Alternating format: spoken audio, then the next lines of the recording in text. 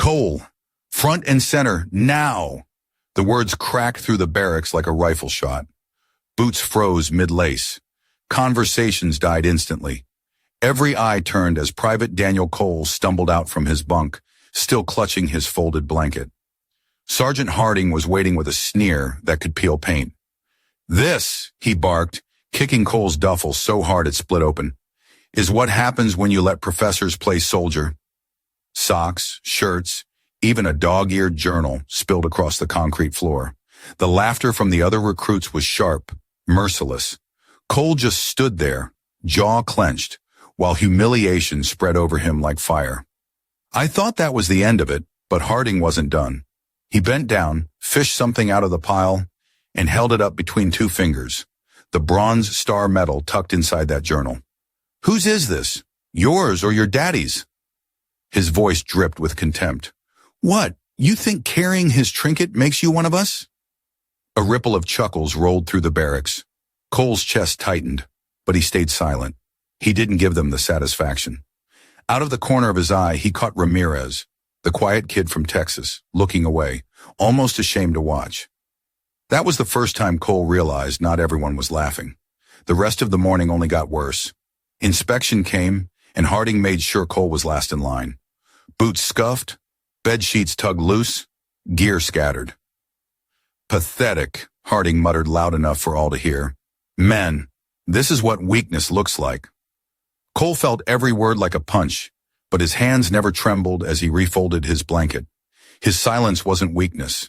It was the only armor he had left. At chow, it didn't stop. Corporal Mason, the loudmouth of the squad, accidentally knocked Cole's tray to the ground. Eggs, biscuits, and coffee splattered across his boots.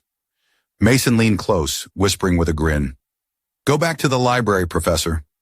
More laughter erupted from nearby tables. Cole bent down, scooped what he could, and walked back through the silence, carrying nothing but a dented cup of water.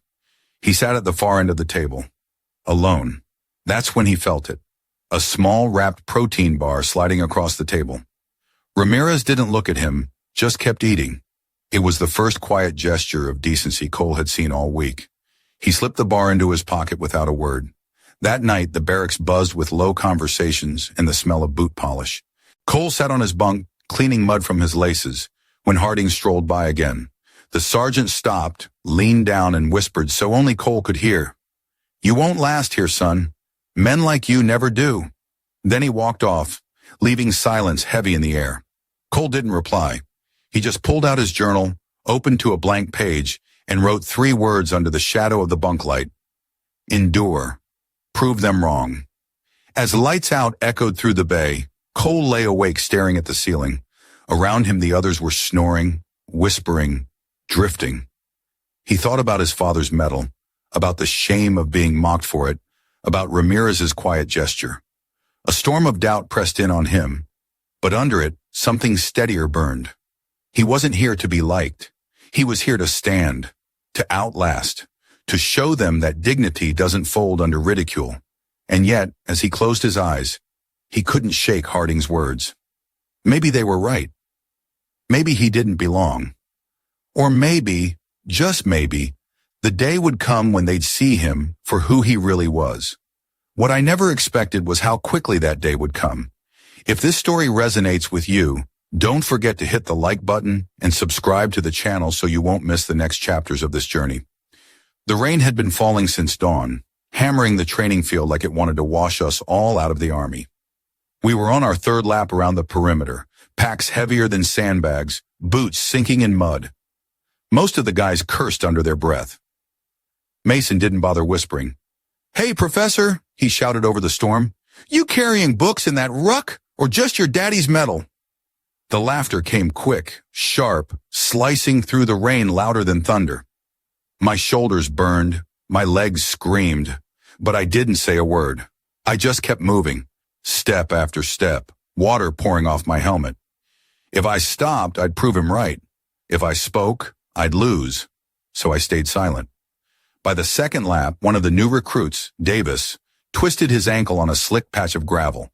Harding barked for him to keep moving, but the kid collapsed hard into the mud. No one wanted to break rank, not with Harding watching.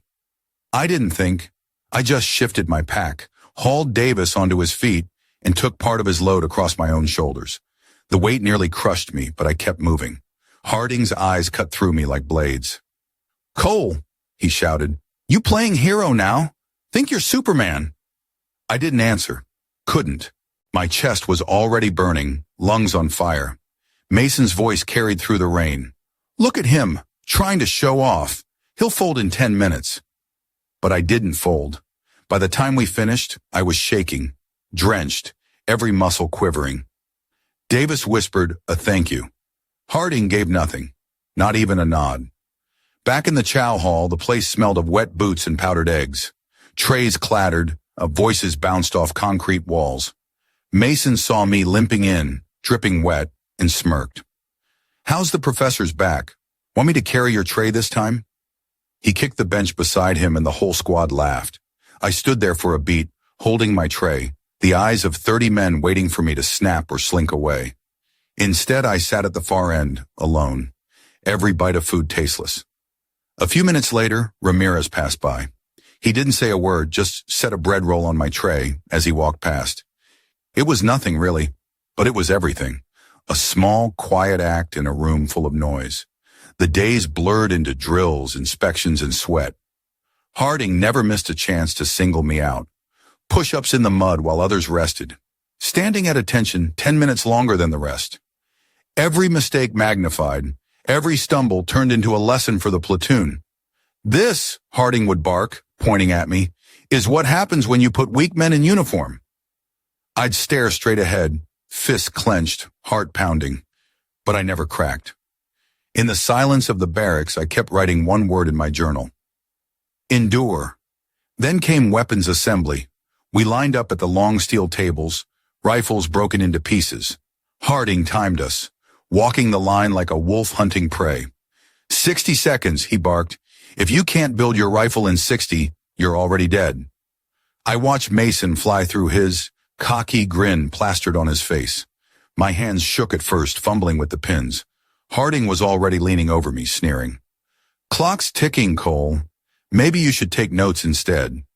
Laughter echoed again, but something shifted in me. I tuned it out. I thought about the nights I'd studied every manual, traced every diagram. My fingers steadied, muscle memory kicking in. One piece clicked into place, then another, faster, cleaner, smoother. When the timer rang, Mason slammed his rifle down with a smirk. Mine clicked shut half a second later. Harding stared at it, silent for once. He didn't praise me, just moved on. But I caught the flicker in his eyes. He hadn't expected that. That night in the barracks, the guys replayed the day, mocking and joking. Mason bragged about finishing first. No one mentioned that I'd nearly matched him. Ramirez slid onto the bunk across from me, voice low. "You were close, real close." It wasn't much, but it was the first real acknowledgement I'd gotten from anyone. I nodded, kept cleaning my rifle, but inside something shifted. The next morning brought the storm drill. Full gear, sprinting through the rain, climbing walls slick with mud, crawling under barbed wire. Harding prowled the sidelines like a predator. My boots slipped on the rope wall, sending me back down twice. Mason was already at the top, laughing down at me. "Library's closed, Cole. Go home." My palms were raw, rope biting into skin, but I kept climbing. Every slip felt like failure. Every shout felt like a nail in my chest. The third time, something snapped, not in anger, but in resolve. I pulled harder, legs burning, and finally hauled myself over.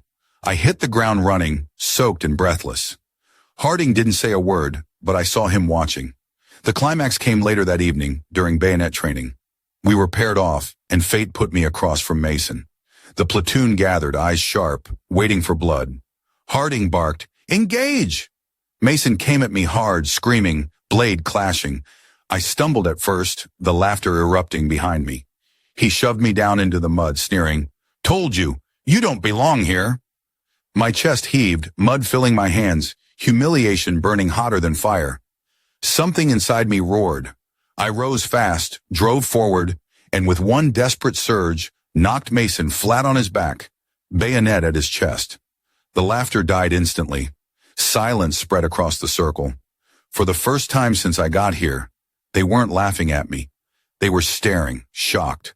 Harding's whistle blew sharp. "Break!" Mason scrambled up, red-faced. But the damage was done. I'd turned it. In front of everyone, the professor had dropped the loudest mouth in the squad. No one clapped, no one cheered, but the silence said it all. That night, the barracks felt different. The usual jokes died quick. Mason avoided me. Ramirez sat beside me at chow. No hesitation this time. Harding still didn't praise me, but when he walked by, he didn't sneer either. He just looked at me, like maybe, just maybe, I was starting to belong. Lying in my bunk, the sounds of the barracks around me, I opened my journal and wrote, "Endure. Fight. Back when it counts." For the first time, I believed it. What I never expected was that the real test was still coming, and it would demand more than silence, more than endurance. It would demand everything I had left. They called it the crucible, and everyone dreaded it. 72 hours of no sleep, constant movement, live fire drills and teamwork that either held or shattered. It was the proving ground, the line that separated those who'd wear the uniform with pride from those who'd wash out. I'd been waiting for it, fearing it, and telling myself that if I could make it through, maybe, just maybe, I'd stop being the guy everyone laughed at. But Mason didn't see it that way. He cornered me the night before, leaning against my bunk with that same smug grin. "Tomorrow," he said, tapping his finger against my chest, "you're going to break. And when you do, I'll be the one carrying your dead weight." The others laughed, some nervously, some cruelly. I didn't answer. I just kept tying my boots. Ramirez, sitting a few bunks down, didn't laugh. He gave me a look, quiet, steady, like he knew Mason's words cut deeper than any blade. The morning came cold and wet, fog crawling low over the training field. Packs were heavier than ever, rifles strapped tight, helmets digging into our foreheads. Harding's voice tore through the mist. "You will move as a unit. You will not leave anyone behind. If one fails, you all fail. Do you understand?" The chorus of "Yes, Sergeant" was loud, sharp. Mine was too, even if my chest already felt tight with dread. The first stretch was simple, miles of rucking across uneven terrain. Mud sucked at our boots, packs weighed us down, shoulders screamed with pain. Mason started his commentary early. "Hey, Professor, keep up. Don't want you crying for story time." He had a way of making even the other guys laugh when they didn't want to. I ignored him, eyes forward, one step at a time. Ramirez was just behind me, and every now and then I caught him muttering, "Keep pushing, Cole. You got this." It was barely audible, but it mattered more than he knew. Hours blurred into exhaustion. When we hit the obstacle course, it was chaos. Low crawls under wire, walls slick with rain, trenches filled with freezing water. Harding stalked the edges like a hawk. I slipped once on a rope wall, hit the ground hard. Mason's voice came immediately. "Told you, can't even climb without a ladder." The platoon laughed, but I forced myself back, up, rope tearing at my palms until they bled. I made it over. Harding didn't praise, didn't smile, but his eyes lingered a second too long. That was enough fuel to keep going. By the second day, sleep deprivation had us all staggering. People snapped at each other, stumbled through drills. Hunger gnawed at our stomachs. We had to build a defensive position in the mud while artillery simulators thundered overhead. Mason kept accidentally shoving extra weight on my side, his smirk never fading. "Carry it, Professor. Use your brain. Figure out leverage or something." My arms shook, but I kept digging. Ramirez whispered, "Ignore him. Just finish the trench." And we did, together. That night, or maybe it was morning, time had no meaning, we faced the live-fire navigation course. Squads had to move under fire, cover each other, keep formation. It was the kind of drill designed to break people. Harding laid it out plain. You stay low, you move fast, you cover your brothers. Anyone pops up and gets tagged, you'll regret it. We moved. Mud in our mouths, sweat in our eyes, gunfire cracking overhead. At first it was chaos. Someone froze. Mason barked, "Move, damn it!" Then tripped himself, dropping his rifle. That's when it happened. His weapon jammed. Under live fire, he panicked. His hands shook, trying to clear it, but he only made it worse. The whole squad was pinned because of him. Harding's voice roared from somewhere unseen. "Fix it or you're dead!" Everyone looked at Mason, then at me. My chest hammered. I crawled to him, ripped the weapon from his hands. He shoved back. "Don't touch my—" "Shut up!" I snapped for the first time, my voice louder than his.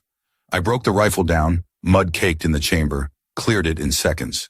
Muscle memory, the same drills I'd done alone at night when no one was watching. The rifle snapped back together, loaded, ready. I shoved it into his chest. "Shoot!"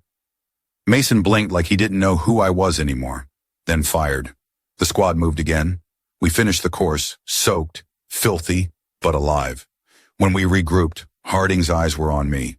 Not Mason, me. He didn't smile, but he didn't sneer either. Just gave a curt nod, then barked for us to hydrate. Mason avoided my eyes. For once, he had nothing to say. But the real moment didn't come until later, during the final stretch. Ramirez slipped crossing a flooded trench, pack dragging him under. His screams cut through the rain. Harding shouted, "Leave him! Move! Forward!" But I couldn't. None of us could. Without thinking, I dropped my gear and dove in. The water was ice, my lungs seized, but I reached him. Ramirez was thrashing, panicked, pulling me down. I kicked hard, forced his head above water, and shoved him toward the edge. Mason and 2 others grabbed him, hauling him out. I was last. My pack, waterlogged, almost dragged me under, but I clawed, gasped, and finally pulled myself free. When I collapsed on the bank, Ramirez was coughing, alive. Harding stood over us, rain dripping from his cap. His jaw was tight, but his voice was steady. That's what it means to not leave a man behind. He didn't say my name. He didn't have to. The platoon knew. They saw. Mason knew too. He didn't mock me again. Later that night, as we limped back to camp, Captain Miller showed up. He rarely came to watch us train, but he was there, waiting under the lights. He walked straight to me. "Cole," he said, voice firm, "you handled that jam fast, saved your squad." My throat tightened. I just nodded. He looked at me longer. "I knew your father, Captain Jonathan Cole. He saved my platoon in Kandahar. You've got his eyes." The air left my lungs like I'd been punched. Mason froze. Ramirez's head snapped up. The whole squad went silent. Harding even shifted his stance, something almost like respect flashing across his face. Nobody spoke. Nobody mocked. For the first time since I got here, they looked at me different. Not as the professor, not as dead weight, as one of them. That night, the barracks felt quieter than usual. Mason didn't say a word. Ramirez clapped me on the shoulder, whispered, "Told you you had it."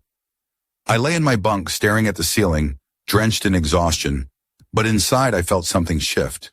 For the first time, I wasn't just enduring, I was belonging. What I never expected was how heavy that belonging would feel, and how quickly it would be tested again. By the time the crucible ended, my body was wrecked. Every step felt like walking on nails. My arms ached. My back screamed. But something had changed, and I felt it the moment we marched back into camp. The way the guys looked at me was different. They didn't laugh when I stumbled, didn't whisper when I passed. Even Mason, loud as he always was, kept his mouth shut. That silence was louder than any insult I'd heard before. The next morning, we stood in formation for the debrief. Harding paced the line, eyes sharp, boots crunching against gravel. His voice was clipped, almost tired. "Some of you showed heart out there. Some of you showed you don't belong." He stopped in front of me, staring like he wanted to burn a hole straight through my chest. I braced for the insult, for the same routine he always gave me. But it didn't come. He just looked, lips tight, then moved on. That pause hit harder than any insult. In the chow hall later, the whispers finally broke. Mason slid onto the bench across from me, tray in hand. For the first time, no grin, no smirk, just a quiet, "You saved my ass." I didn't answer, didn't need to. He stared down at his food, chewing slow, eyes fixed anywhere but mine. The rest of the squad noticed. They didn't laugh at him for it. They didn't laugh at me either. Ramirez leaned over and nudged my tray, muttering, "About time he shut up." He grinned and I couldn't help but smile back. Still, part of me didn't trust it. Respect in the Army isn't given with words, it's tested. And the test came sooner than I thought. A few days later, Captain Miller called the platoon together. We thought it was another briefing, another lecture. But this time, he singled me out in front of everyone. "Private Cole," he said, voice steady but carrying weight, "step forward." My chest tightened. Every eye was on me. I stepped out, boots heavy on the gravel. Miller kept his eyes locked on mine. "You showed leadership in the field. You didn't quit when others did. You didn't abandon your men. That's what this uniform demands." For a second, I thought I'd imagined it. A captain, our captain, standing there, recognizing me. My throat was tight, but I forced a reply. "Yes, sir." The words shook, but they came out clear enough. Then came the moment none of us expected. Harding, who'd never spared me more than ridicule, spoke up. "Sir," he said, voice rough. He surprised me too. It was short, flat, but it was real. I turned, and there he was, arms crossed, jaw set, but not sneering, not mocking. He was admitting it in front of everyone. The same man who called me weak was saying I had proved him wrong. The air felt electric. The guys shifted, whispering low. Mason's face burned red, but he didn't argue. Not this time. Ramirez grinned like he'd been waiting for it all along. And me, I just stood there, fighting back a wave of emotions that threatened to drown me. Months of humiliation, every insult, every laugh, all boiling into this one reversal. After formation, things changed fast. Bueno, the barracks, I wasn't the outcast anymore. Ramirez sat next to me at chow openly now, not like it was some secret. A few of the others even asked me questions about weapon maintenance, remembering how I'd cleared Mason's jam. Mason himself stayed quiet, but he didn't shove me in the mud, didn't trip me in line, didn't call me professor. Once, late at night, he walked past my bunk, paused and muttered, "You earned it." He didn't wait for a response, just kept walking. But the biggest change came from within. For the first time, I felt taller when I stood in formation. Not because I'd grown stronger overnight, but because I knew I belonged. I wasn't just enduring anymore. I was becoming part of the Brotherhood. The kind where respect wasn't granted at arrival, but forged in fire. And still, even with that shift, I couldn't shake the thought. If everything could change this fast, it could just as easily be taken away. I'd seen how quickly power flipped, how fragile respect could be. That fear stayed with me, tucked deep behind the pride. It kept me sharp, kept me ready. What none of us knew was that the next trial wasn't just going to test endurance or strength, it was going to test loyalty, and that test would decide who we really were. What I never expected was that in proving myself, I'd be the one the whole platoon would have to lean on. And when that moment came, it would demand more than just strength, it would demand sacrifice. The final weeks blurred together, drills, chow, inspections. But something about the air felt different. I wasn't invisible anymore. The same guys who used to laugh when Harding tore into me now nodded when I passed. Ramirez didn't just sit by me at chow, he saved me a seat. Even Mason had stopped with the smart remarks. He didn't apologize again, but sometimes silence says more than words. One morning before dawn, Harding ordered me to the front of formation. My stomach dropped. Old instincts told me it was another setup, another humiliation. The platoon was stiff and quiet, steam rising from our breath in the cold. Harding stood there with his cap pulled low, eyes locked on me. For a second, I braced for the hit, but instead his voice carried across the line. "Cole," he said, flat and hard, "you're calling cadence today." My chest tightened. The same man who once told me I didn't belong was handing me the rhythm of the unit. My voice had to carry us. My steps had to guide us. For a moment, I froze. Then I drew a breath, shouted the first line, and the platoon answered in unison. The sound rolled down the street, boots striking in perfect time. With every call, my voice grew stronger. By the third block, I wasn't just shouting words, I was leading. Later in the barracks, the talk was quiet but different. Ramirez clapped me on the shoulder, grinning. "You sounded like you've been doing it your whole life." Mason muttered, Not bad, Professor. But there was no edge in his voice, just something that almost sounded like respect. I didn't gloat, didn't throw their words back at them. I just sat on my bunk, polished my boots, and let it sink in. Respect wasn't shouted, it was earned, step by step. That night as lights went out, I pulled my journal from under the pillow. The bronze star still rested inside. I thought about my father, about the weight of living in his shadow. For weeks I'd carried that medal like a burden, proof of a standard I could never reach. But now as I traced the edge of it with my thumb, it didn't feel like a chain anymore. It felt like a torch. Not his legacy alone, but mine too. The next morning we assembled for flag raising.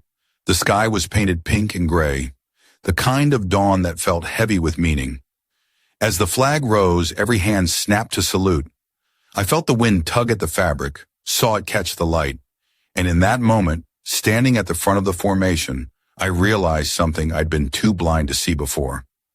All the mockery, the silence, the endurance, it wasn't wasted. It was the forge. Every insult had hammered me into steel. I lowered my hand slowly, the flag snapping in the breeze above us. Ramirez caught my eye, nodding once. Even Harding gave me the smallest glance, something almost like approval. For the first time, I wasn't fighting to belong. I already did. And as I closed my journal that night, I wrote the last line of this chapter. Dignity survives the storm. Brotherhood is forged in it. If this story resonates with you, don't forget to hit the like button and subscribe to the channel so you won't miss the next chapters of this journey. The image that will stay with me forever is this: a line of young soldiers, boots planted firm, eyes steady, the flag rising slow against the morning sky. The wind caught it just right, snapping sharp, filling the silence like a drumbeat. And in that silence, every man and woman stood taller, not because of orders, not because of fear, but because in that moment we belonged to something greater than ourselves. Even Harding, the sergeant who had once cut me down with every word, gave me a single nod, small, almost nothing. But in that nod was an entire history of trials, grudges, and finally respect. It was the kind of moment you don't speak about because speaking cheapens it. You just feel it, and you carry it. Looking back, the lesson is clear. Prejudice, humiliation, doubt, those are the fires every soldier walks through. Some are burned up in it, others come out forged. I learned that silence isn't weakness, it's discipline. That dignity isn't given, it's earned when you refuse to quit. I learned that brotherhood is built not in comfort, but in struggle, when one soldier decides not to leave another behind. And I learned that actions, quiet, steady actions, speak louder than any insult, any mockery, any threat. What doesn't kill you makes you stronger. And in the military, that strength isn't just for you. It's for the one standing beside you. If this story struck a chord with you, I'd like to hear your thoughts. Share your own battles, your own lessons, down in the comments. Hit the like button if you believe in the power of resilience and respect. And subscribe so you won't miss the stories still to come. Stories of grit, honor, and the unbreakable spirit of soldiers who refuse to back down. Until next time, stay strong, stay steady, and never forget, you are not alone in this fight.